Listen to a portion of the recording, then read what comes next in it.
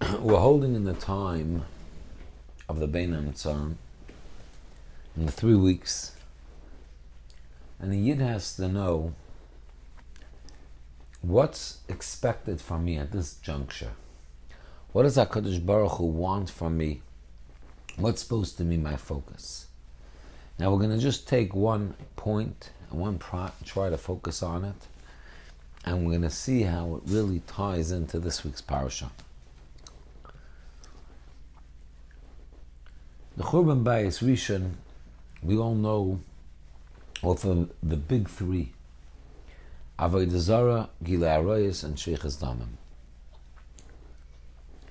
However, the Gemara in Yuma, Yerushalmi in Yuma, tell us very clearly that by Bayis Sheni we weren't being over these big averos of Avodah Zarah, Gilei Arayos, and Sheikhas Damim.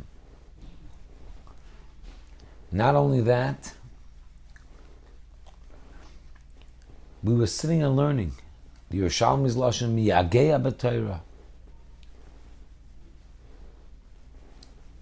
We were busy with, Gemara says, mitzvahs uiskim b'Torah, u'b'mitzvahs u'b'gemilas chasadim, u'zihirim b'mitzvahs, zrizim b'mitzvahs. So why was there a Churban Beis HaMikdash? What did we do to deserve it? Says the Gemara, mepnei shahoisa boi sinas chinam, because there was hatred amongst Yid. Lelamdecha, this comes to teach me.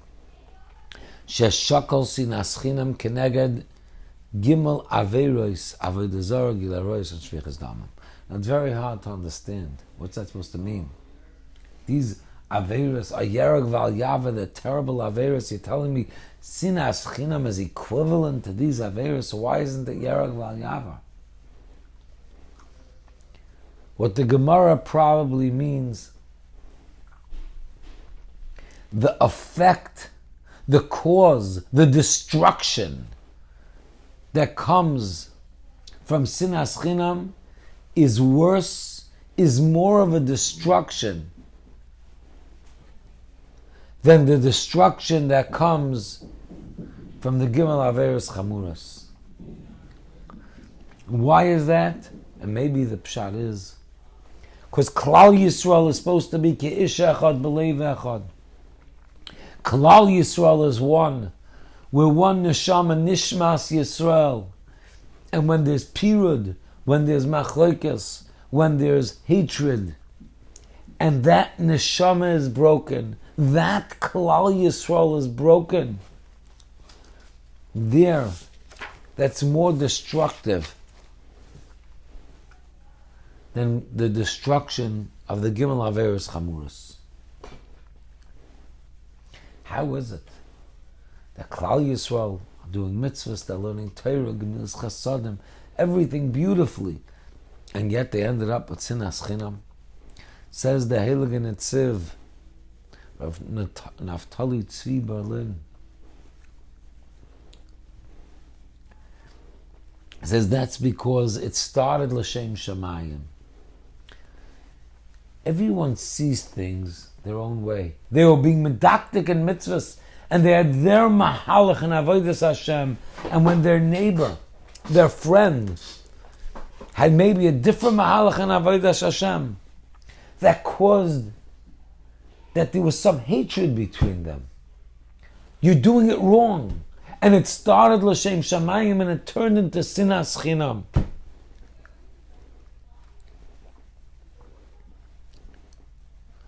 And because of that, the Beis HaMikdash was destroyed. This week in Me'ez Hashem is going to be the yahrzeit of Aaron HaKohen. Rosh Chodesh Av, Friday, is the yahrzeit of Aaron HaKohen. Aaron HaKohen was the Oyev Shalom, V'roidev Shalom. Aaron HaKohen brought Klal Yisrael together. He was the opposite. It says after he was nifta, Kol Beis Yisrael cried for him. because he brought everyone together. He had such a koyach of oyev shalom v'roidev shalom. The Kala Rabbasi, Perek Gimel tells us, by Aaron HaKohen's Levaya, there were 80,000 boys named Aaron, named after Aaron. Why? Because they were born to families that wanted to get divorced, perhaps even separated. And Aaron HaKohen was zeicha to make shalom between them. And afterward they had a boy. And those boys they called Aaron. If there was 80,000 boys, by his Levaya, could you imagine how many more people he helped? How many more people? And this is not just for Aaron. The Mishnah says you have to be mitalmidav shel Aaron HaKohen, oyev shalom, v'roidev shalom. Our job in life is to be students of Aaron HaKohen, to have a love for every Jew. You can't make shalom between people who see things differently unless you can somehow tie it all together and be able to see it all together. And that's the koyach Aaron brought, and that brought peace, that brought everyone back as one. Now it's very interesting to me that the descendant, the grandson of Aaron HaKohen, Pinchas ben Elazar ben Aaron HaKohen, he was Heishev es Chamasa. He went and he did an act of kanois. He did an act of zealousy. He went and he killed Zimri and Cosby. And through that, he was Zoichet to Kahuna. Aaron was already the Kohen. His children were Kohanim. But any grandchildren that were born, by the time Aaron was given the Kahuna, they weren't Kohanim.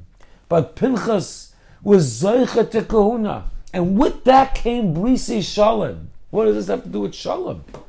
It seems so opposite.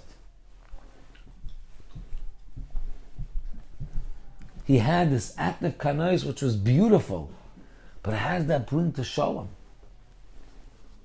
And he was Zoichet to Kahuna. But it seems that Moshe Rabbeinu was worried about this too. In this week's parsha, Moshe Rabbeinu asks for a successor. Moshe Rabbeinu wants somebody to take him over. He wants the Eibush to tell him who is going to be that one that's going to lead Klal Yisrael after him. Says the Safri, look, Lohidia Shvachon Shel Tzadikim Shekeshe Niftarin Min Ha'olam, when they are going to be leaving this world, Meinichin Tzorcheya, and they leave their worries, their problems, Va'iskim B'Tzorchei Tzibur, and they're busy with the tzrachim of the tzibur. They're worried about everybody else. Just brings to mind, as I'm saying this, Rashi, a story. There was a Yid in Borough Park that walked the streets aimlessly. He was a survivor. He had no one left. He had nothing left.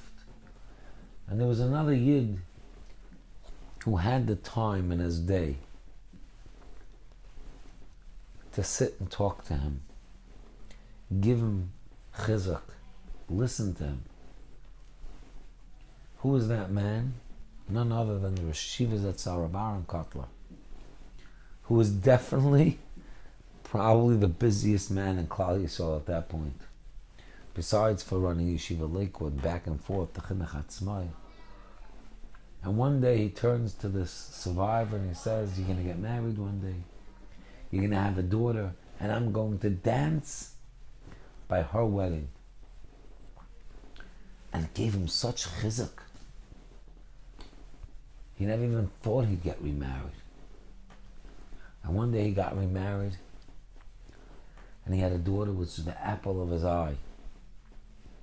But before she was old enough for the Rosh Yeshiva Zatzal to dance by her wedding, the Rosh Yeshiva got sick, and he passed away. Years later, This man was making a wedding for his daughter, and lo and behold, who walks in? Reb Shneur Kotler, the Rosh Hashiva then, the son of Reb Aaron, who took over. And after dancing with the father of the Kala, the father of the Kala asked him, appreciate so much you came, but what brought Rosh Hashiva here? He tells him before his father left this world, he told him, there's this girl, there's this guy I know, and I said I'll dance by his daughter's chasana. I'm not going to make it. Please go in my place. And we know before Reb Aaron left this world, he was busy with hours with Reb Shneur, giving over things for Klal Yisrael. And this is a manig. This is what was on his mind. So Moshe Rabbeinu was leaving this world. What does that mean? We still have Parshas Matas Maseh. We have the whole Devarim. Moshe Rabbeinu is not leaving the world now. Why all of a sudden over here is Moshe Rabbeinu worried about who's going to take him over? Says Rabbi Yosef, Zecher Tzadik Levracha. Moshe Rabbeinu sees how all of a sudden the hero is Pinchas. Pinchas ben Elazar ben Aaron HaKohen. What did he do? An act of kanois. And like Rashi quotes the Medrash, Moshe says, Golo v'yadu lefanecha. It's right in front of you, HaKadosh Baruch Hu. Das kol echad ve'echad. Ve'einin doimin zeh lezeh. People think differently. People see things differently. How could we have a manig that's a kanoi, that sees things only in one way? That's good. It's a chashuva thing, but that can't be the manig. And Moshe says, who's going to be the manig? And the Eibishter reassured him it's going to be Yeshua ben Nun, his Talmud, who can see eye to eye with everybody, who has that maila of being able to be tolerant. That's who's going to be the next manig. The truth is, this medrash that Rashi is quoting is not just for the manig. The medrash starts with famous words, Keshem she'ein partzafeim shaven, zeh lo zeh, kach ein daitam shaven zeh lo zeh. We all know that you look at your neighbor. You look around the world, no two people look alike. You know what kind of nace that is? We're all created from the same original Adam Arishan. And yet, no two people look alike. That's a nace. One of the reasons the Eibishter does it is because how could you have a world where everyone looks the same? No one will recognize who's their boss, who's their father, who's their spouse. The Eibishter has to make that everyone looks different. Does anyone have tinus on people for looking different than each other? Of course not. They understand there's a reason the Eibishter does it. Kishem, the exact same way. The Eibishter gives us different dayos. We see things differently because we have different tafkidim. We have different jobs in this world. And therefore we have to see things differently. And therefore it doesn't pass because I see things differently than you and I have a different understanding in something, that we should get into a fight. That we shouldn't see eye to eye. Imagine if someone comes to you and says, his eyes got weak and he can't see anymore. So you say, here, take my glasses. He looks in your glasses. It's even worse. I can't see a thing. So what do you mean? These are great glasses. I've been using them for years. The answer is they're great glasses for you, not for him. So too, Keshem she'ein partzafeim shavim, kach de'eseim einam shavim. And that's a key from this week's parasha, and that's a key that we're supposed to be working on at this time of year. The Gemara in Yuma, Daf Ayin Zayin, tells us, Ein HaKadosh Baruch Hu oyev ela l'misha oyev es Yisrael. The Eibishter wants us to love everybody. And if we love everybody, then the Eibishter loves us. B'chol ma sha'odem megadol avos liyisrael, gam HaKadosh Baruch Hu magdil avos olav. The Eibishter will grow his love to us. The more we love other people in Klal Yisrael. This is from the Zohar HaKadosh, Narizal, and it's brought halacha l'maisa. Before a person goes to daven, he has to work on himself. He has to work on his v'ahavta l'reacha kamecha, that he has to love every Jew like it's himself. And he has to feel about everyone that it's himself. And his tefillas is for everybody. And that's how tefillas are makubal. That's how tefillas are accepted. And that's the secret to bringing the Geula Shalema. Klal Yisrael will be nigal when we va'asa kula maguda echos, when we become united, when we become Nishmas Yisrael again. We become one. The Medrash says by Yaakov, he tells his sons, he kavtzu, bring yourselves together. You had fights, you had differences, bring yourself together. And I'll tell you what's going to happen by Achros Hayamim, because this is the trick for Achros Hayamim, for our time. You want to bring Mashiach, we have to be marba the Ava, marba the Shalom. And when we're back one, Nishmas Yisrael, then Mashiach will come, and we'll hear the Shofar Shel Mashiach. And in a practical way, we have to reach out to people, give them self-value, give them self-worth, show we have a chashivas. Let me conclude with a story.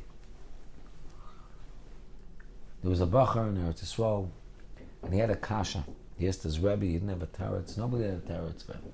So his Rebbe says, why don't you go to the library and see if anyone asks this kasha? And he finds a sefer, and he asks the question, and he so doesn't agree with the answers. He comes back to his Rebbe, and he tells him of his findings, and he says, but I don't agree with the teretz. So Rebbe looks in the front of the sefer, there's an address and a number, they write it down. He says, why don't you go see if you can find the Machaber, ask him. He shows up at the door, and an elderly woman answers the door, and she says, does Yosef live here? Says Yosef hasn't lived here in over 16 years. And she goes ahead and she writes down another address and says, this is where he lives. He takes 2 buses, walks somewhat bit, comes to the door, and shocked at what he sees. The guy who opens the door is full of body piercings, full of tattoos, wearing tie-dye clothing. He wasn't sure if he should just run, if he should cry. He didn't know what to do with himself. And he says to him, are you Yosef? Are you Yosef who wrote the Sefer? He says, yeah, what do you want? He says, I was reading, I have a kasha on the Sefer. So Yosef excuses himself. He goes and he gets a yarmulke and he comes back and says, what's your kasha? No sooner than the kasha is out of his mouth, and this Yosef goes into a total defense of his question, of his teretz. He's fighting like a lion, and he's getting involved, and this is his life. You'd think his life depended on it. And after they finish arguing and learning, Yosef tells him how he ended up like the way he is, what happened to him. And then he says, I see you're holding my safe. I don't have a copy. Do you mind if I take the copy from you? And he gives him this copy. He goes back to yeshiva and he tells his Rebbe the whole story. His Rebbe says, do you still have the paper with the number? He says, yeah. I'm sure it must be his mother. Go give her a call. Tell her what happened. So he goes to a payphone. He calls this lady and he tells her, I'm the guy who was at your door a few hours ago. I was looking for Yosef. Let me tell you what happened. She cuts him off. She says, no. Let me tell you what happened. Yosef is my son. I haven't seen him over 16 years. Just before I got a phone call. Hello, Ma. I'm coming home. I don't know what you did. I don't know what happened. But I know that you brought my son back. Giving somebody self-worth. Showing somebody that you could see things differently than me. But I'm machshav it anyway. And giving them the value. And with that, we bring Klal Yisrael together and we'll be zeicha to hear the shofar of Mashiach meir v'yameinu.